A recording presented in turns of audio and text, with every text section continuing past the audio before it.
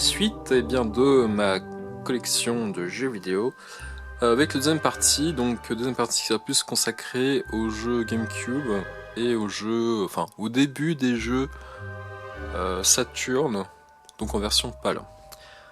Alors d'abord je vous ai pas montré ce que j'avais sur le côté, j'ai un Pierre Solar en version Mega Drive en édition reprint, qui est juste là. Alors Pierre Solar c'est un nouveau jeu Mega Drive qui est sorti plus de 20 ans après. Alors je crois qu'il est sorti, je sais plus quand, je crois en 2012, si mes souvenirs sont bons. Donc c'est un RPG, c'est fait par Watermelon. Voilà, c'est le logo. Donc les quatre triangles violets. Enfin plutôt écarlate, rouge écarlate. Bon, on n'est pas trop sûr de comment dire de la couleur.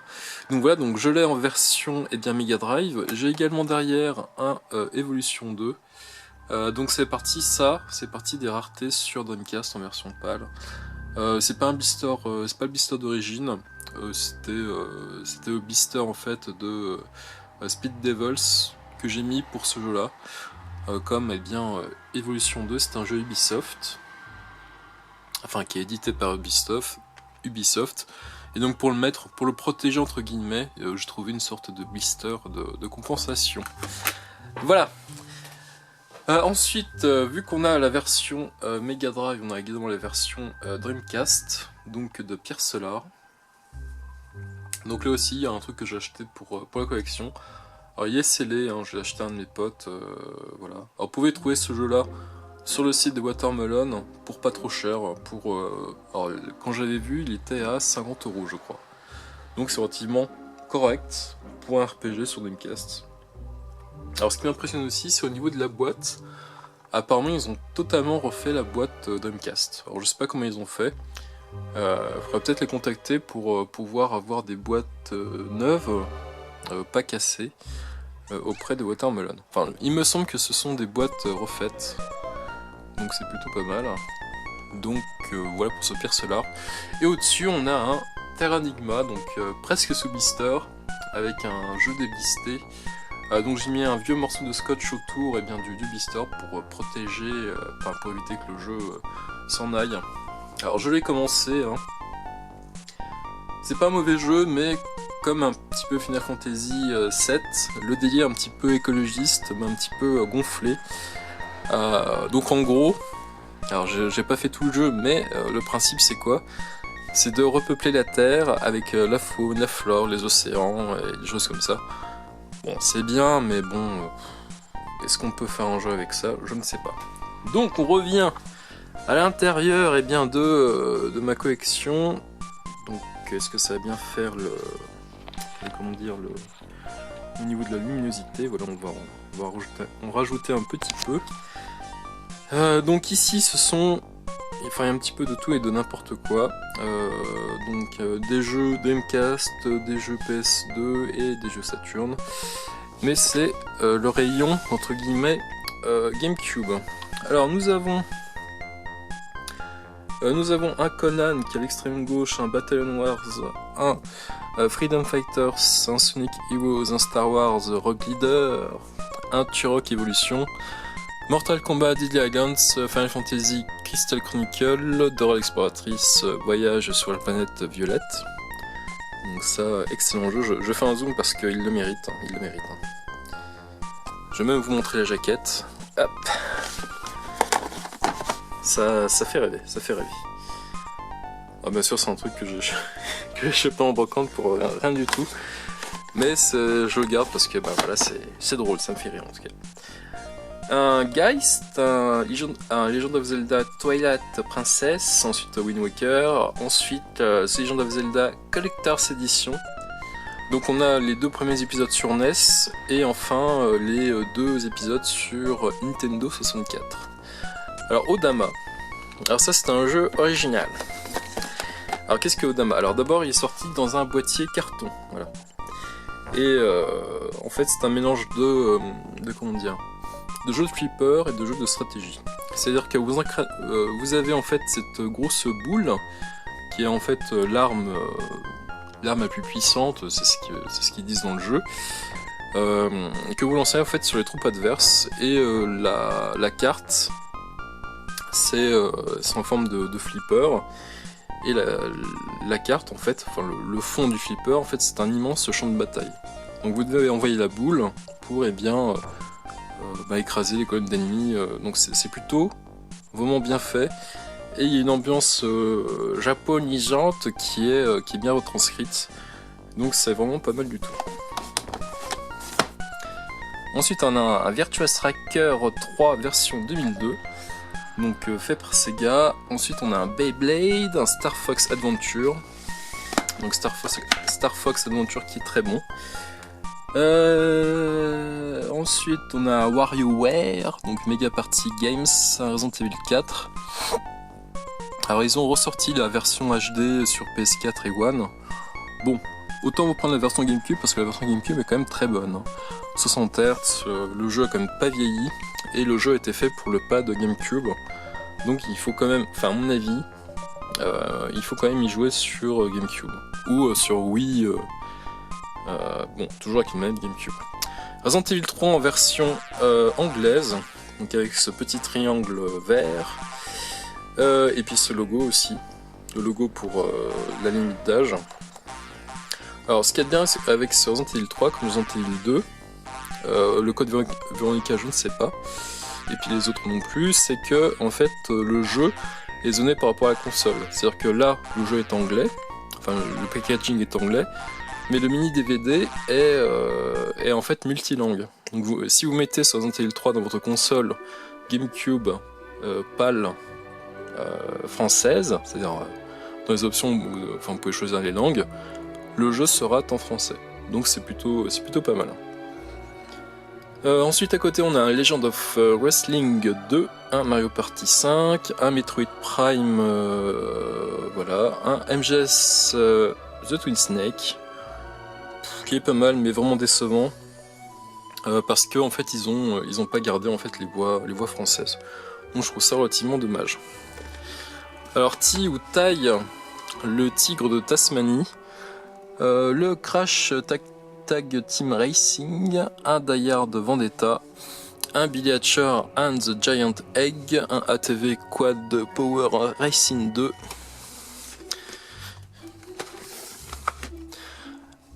Qu'est-ce qu'on a encore? Un Darknet, un Medal of Honor Soleil Levant, un Darknet Sky, un Mission Impossible, un Godzilla Destroy All Humans Melee, un Rayman 3, un Luigi's Mansion, un Star Fox Assault. Alors là le Star Fox Assault, j'ai trouvé ça à chier. Hein. C'est-à-dire ça reprend un petit peu l'épisode sur Star Wing sur Super Nintendo, sauf qu'ils ont combiné en fait des phases à pied, et je trouve que les phases à pied sont nulles, sont inintéressantes. Autant les phases en vaisseau sont sympas, mais le reste du jeu est quand même assez bancal. Donc je trouve ça un petit peu dommage, quoi. Ensuite à côté on a Pen 03, on a un Sonic Adventure, un Resident Evil, donc le remake de la version PS1, un Need for Speed Most Wanted, un Metroid Prime 2 Echoes, et enfin pour les jeux qui sont derrière, là tout part en couille, on a un Resident Evil 0, un Crash Bandicoot, La Vengeance de Cortex, Monster House, Killer 7, Super Mario Sunshine, un Air Racing, un Spider-Man 2 et un Zoo Cube, donc qui est une sorte de jeu de puzzle. Voilà. Ensuite sur le devant on a un Fantasy Star Online épisode 3 Cards Evolution, un Batman Vengeance, un Taxi 3, le Disney Magical Mirror starring Mickey Mouse, le Star Wars Rebel Strike, le Mario Kart Double Dash, le Tale of Symphonia et le F-Zero GX. Donc il me manque quand même pas mal de titres plutôt sympathiques sur GameCube. Mais bon, la GameCube c'est vraiment une console que j'achète au fur et à mesure. Je suis pas dans la recherche de cette console. Les jeux se présentent à moi et je les achète. Donc au-dessus on a un petit peu de jeux PS2, donc Extermination, Gunbird, Garfield. Et à côté deux Armored Core, donc le 2 et le Nexus. Et à gauche, je les avais zappés, un petit Wipeout, et alors je sais plus ce que c'est. Je sais plus quel le titre exact, donc c'est un, je crois que c'est Double Robot Impact, un truc comme ça. Donc c'est fait par Bande Presto, donc c'est un truc que j'ai trouvé. C'était vendu 3 € puis je l'ai pris quoi. Vraiment achat compulsif assumé. Donc ensuite à gauche on a un petit CD de la haine que j'ai trouvé en brocante, j'ai pris pour le délire quoi. Donc on va quand même vous le montrer. Hein. Alors la haine c'est un film des années 90, alors c'est absolument pas un truc que j'ai vu, voilà. Et quand j'ai regardé, c'est vrai que ce film là met une baffe quand même. Donc on a, qu'est-ce qu'on a comme rappeur? On a du Ministère Amer, du Sens Unique, du IAM et Daddy Naughty, du Expression Direct plutôt, du Saint-Straught, alors je sais pas, la Clica, FFF, Ragasonic, les sages poètes de la rue Assassin. Voilà, donc la bande-son de la haine, donc film à voir et à revoir. Donc jusqu'ici tout va bien, ce qui n'est pas le plus dur c'est la chute, c'est la réception. Voilà. C'est la réplique du film, donc on a quelques jeux Dreamcast, donc on a une partie de Shenmue 2, on a le Virtua Striker 2, on a le Snow Surfers, le NBA 2K, le NBA 2K2 et le Jimmy White's Q-Ball, qui est un jeu de billard, avec en plus de ça eh bien, des jeux de fléchettes et différentes choses. Et à droite, donc toujours pour continuer un petit peu dans le côté Shenmue, on a le Shenmue 2 en version japonaise, en version pseudo collector, donc avec les démos des Virtua Fighter. Donc voilà, donc c'est dans un fourreau avec à gauche le jeu, puis à droite les 2 CD de démo. Ensuite on a le Shenmue 1, donc en version également pseudo collector, avec l'OST Shenmue Jukebox, donc les musiques qu'on entend dans le bar. Bon c'est sympa mais j'aurais préféré les autres types de musique dans ce CD audio plutôt que les musiques du bar. C'est un petit peu dommage. Ensuite on a du Shenmue 1, donc et bien pâle, et de Shenmue 2. Alors ne me demandez pas pourquoi, mais je les ai trouvés, donc voilà, c'était une trop belle affaire pour que je les rate, entre guillemets. On a un MSR sous blister, donc voilà, le blister Dreamcast. Hein. Donc il y a des blisters souples, hein, des blisters rigides, etc. Donc c'est plutôt pas mal quoi. Voilà pour cet étage. Alors on va s'asseoir parce que je commence à fatiguer. Donc en dessous ce sont les jeux Saturn mais en version boîte plastique. Alors il y a un petit peu de boîte cartonnée également. Vous avez également aussi des jeux Dreamcast. Ok, bon on va commencer par ceux-là comme ça on en sera débarrassé. Ducati World, Revolt, Quake 3, ESPN Track and Field, Soundscope, The Grinch, Jimmy McGrath, Supercross 2000, Dave Mirra Freestyle BMX et enfin le GTA 2. Alors on va enlever cette pile en faisant attention de ne pas... Ah ouais, c'était chaud, hein, c'était chaud. Hop et là, tous barre en couille, c'est pas grave quoi. Alors, les jeux Sega Saturn en version PAL, donc j'en ai pas mal. Là c'est la première partie et après on fera la seconde partie dans une autre vidéo. Donc évidemment on a le Panzer Dragoon Saga, donc, qui est une très très belle pièce de collection, c'est vrai. Au-delà de ça, alors bien sûr il vaut cher, etc. On n'est pas pour parler de ça, mais ça reste quand même un jeu exceptionnel. Alors je l'ai fait, j'ai tout fait, j'en étais au 4ème disque, mais ma pile de sauvegarde a lâché et je suis dégoûté parce que je suis obligé de tout recommencer. Alors c'est ce que j'appelle, c'est pas comme c'est un RPG qui comporte pas de phase de farming à la con. On va tout le temps droit au but, les boss sont géniaux, Les musiques sont géniales. Le character design est aussi fantastique. Franchement, il usurpe pas son, comment dire, son statut vraiment de très très bon jeu. Et puis je vais vous dire, quand je l'ai fait, c'est la plus grosse claque en termes entre guillemets rétro que j'ai pu faire. J'avais pris comme ça pour tester. Et au final, c'est un jeu tout à fait exceptionnel, quoi, à tous les points de vue. Donc je vous conseille de vous le procurer.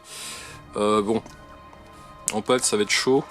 En Jap, c'est un peu dommage, quoi. On pourrait pas profiter de l'histoire qui est aussi très très bonne. Mais bon. Ensuite on a le pad Knights 3D qui est juste là. Donc ça c'est une acquisition récente. Hein. C'était en fait dans un cache et j'ai trouvé ça pour une somme tout à fait intéressante et tout à fait modique. Voilà. Donc on va mettre ça au-dessus. On peut se dégager de la place. Au-dessus on a un Cyber Speedway. Donc on va remettre un die-hard arcade, un die-hard de trilogie pardon. L'arcade c'est autre chose. Et on va commencer. Donc à gauche on a un Enemy Zero, ensuite on a un Trash Hit. Alors on le voit pas bien parce qu'il y a un reflet. C'est encore pire qu'avant. On a un Trash Hit. On a un Virtua Cop 2. On a un Lost Viking 2, un Quake, un House of the Dead, un Command & Conquer, donc qui est sur 2 CD, un Shining the Holy Ark, un Sonic 3D, Sonic Air et Sonic Jam. Donc il n'y a que 3 Sonic sur Saturn. Donc je les ai tous. On a un Burning Rangers, on a un Last Bronx, un Resident Evil, très bonne version de ce jeu. Duke Nukem 3D, The Lost World Jurassic Park. Alors la version PS1 est meilleure. La version PS1 est meilleure. Un Shining Force 3, un Diffir, un The Crow, un Atlantis, un Pandemonium, un Dragon Force, un NBA Action 98, un Sega World Warcraft Soccer 98, un Winter Heat, donc ça regroupe un ensemble de jeux de sport d'hiver, un jeu Nalomu Rugby, le X-Men Children of the Atom, le Shining Wisdom, le Myst, j'arrive pas à lire, le Gun Griffon, oui c'est ça, le Gun Griffon. Hop, on va remettre ça, un True Pinball, un Sega Rally, un Virtua Racing, un Skeleton Warriors, ça on va dégager, un Tunnel B1, un Alien Trilogy, un Hang-On GP 96, un Manix TT, voilà, donc un Fighting Vipers, Amok, WrestleMania The Arcade Game et un Defcon numéro 5. Et enfin la dernière petite partie des jeux Saturn, un Robotica, un Wing Arms, un SimCity 2000, un Spot Goes to Hollywood, le Die Hard Arcade, donc en japonais c'est Dynamite DK, un Game War et un Grid Run, voilà. Donc je pense que cette partie va être terminée, donc voilà, donc ça c'est la première partie des jeux Sega Saturn. En GameCube vous avez tout vu, et enfin on va passer à la Dreamcast. Voilà, donc ça, restez accrochés parce que ça va être plutôt sympa, avec l'intégralité des jeux Dreamcast que je possède. Voilà.